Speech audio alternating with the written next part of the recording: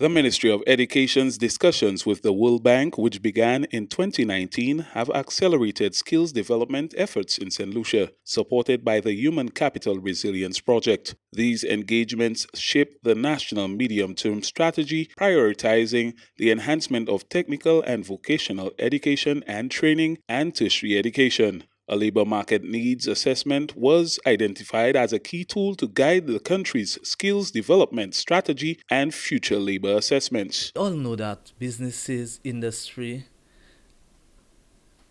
from time to time they are crying. They are crying out that the skills of the workers that they are getting are not really relevant. There's a lot of training that has to be undertaken with them. There is also a mismatch of some of the skills required. And in fact, we, even as private citizens, we go out there, we ask probably for an electrician, a plumber, or even a tiler.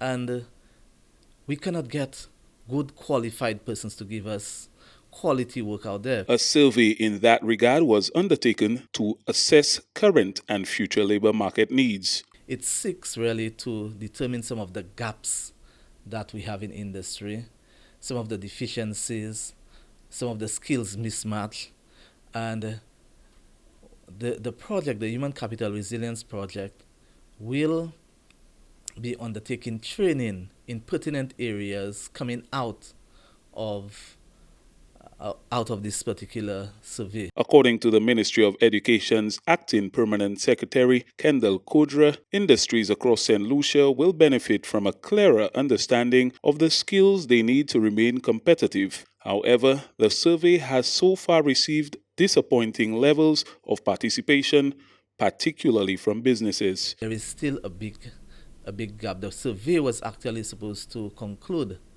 by end of August this year.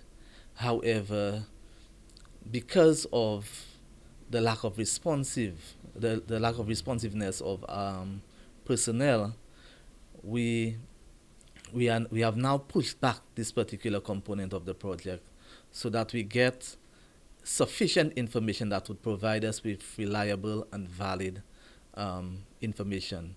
Something that we can say, you know what, the information that we have can be utilized to determine what the needs of Saint Lucia is moving forward. The ministry is urging businesses and other stakeholders to cooperate with the enumerators conducting the survey across the island. Some of the questions, or not the questions, but the responses that we have been getting is either no response or partial response from the surveys.